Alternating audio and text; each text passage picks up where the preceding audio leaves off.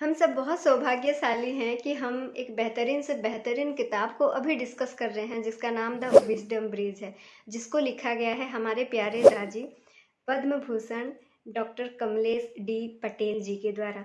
तो दोस्तों, इस किताब में हम पेरेंटिंग के 9 प्रिंसिपल डिस्कस कर रहे हैं और अभी हम 4th प्रिंसिपल डिस्कस कर रहे हैं जिसका नाम है happy mothers make happy families. इसका 2 एपिसोड ऑलरेडी हम डिस्कस कर चुके हैं। अगर आपने उनको चेक नहीं किया है तो please do check my last videos and please go through the books.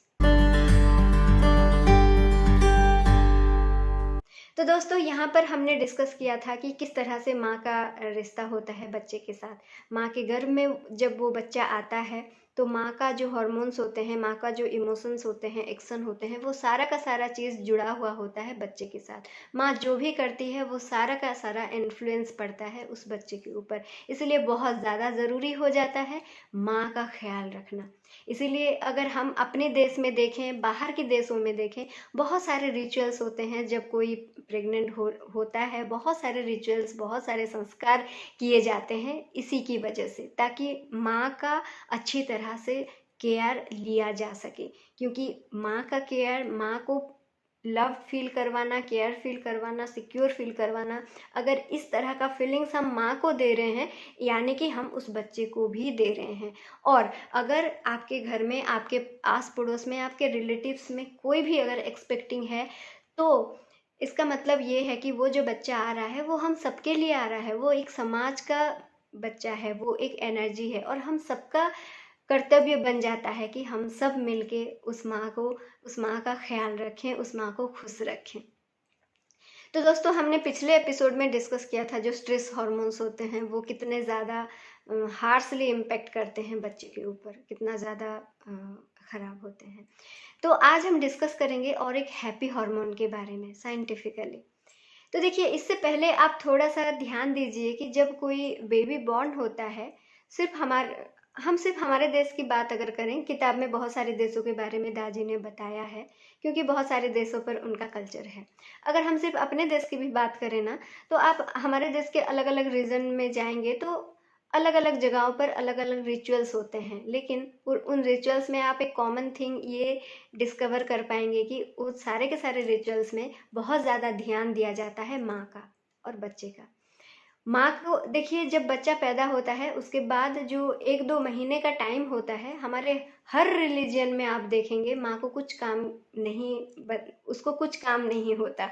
उसका सिर्फ एक ही काम होता है, बच्चे को खिलाना, बच्चे के साथ रहना। अनडिवाइडेड अटेंशन सिर्फ और सिर्फ वो बच्चे को ही देती है, उसका और कोई काम नहीं होता।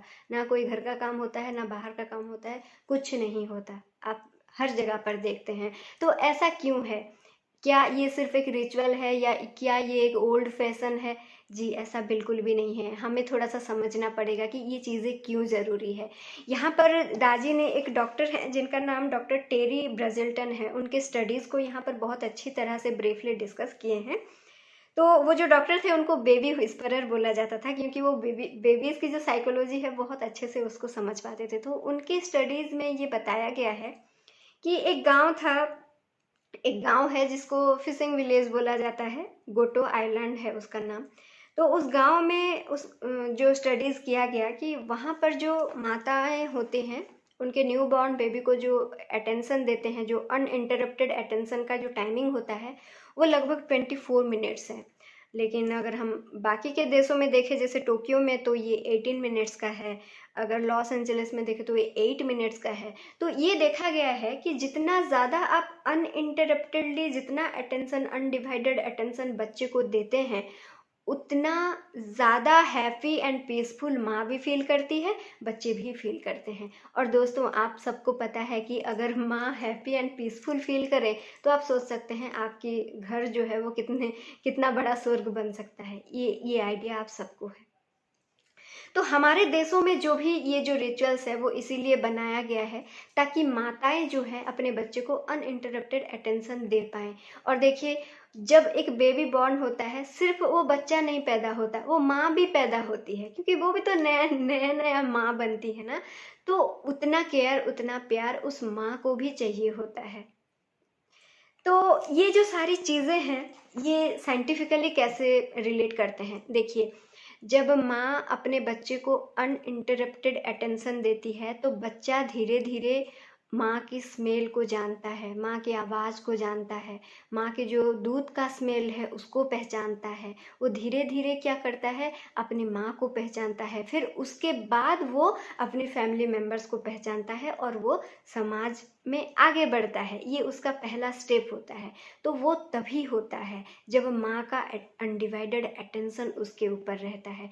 और क्या होता है साइंटिफिकली, और क्या होता है, देखिए जब माँ और बच्चे के बीच जब एक रिलेशन बिल्ड होती रहती है, माँ को जब एक अच्छा फील होता है अपने बच्चे को देखने से, अपने बच्चा मुस्कुराने से, बच्चे को सहलाने से, माँ को ब्रेस्ट फीडिंग करवाने से माँ को बहुत अच्छा फील होता है। ये जो अच्छी फीलिंग्स है ये कहाँ से आती है, एक हार्मोन से आती है जिसको हम ऑक्सीटोसिन बोलते हैं।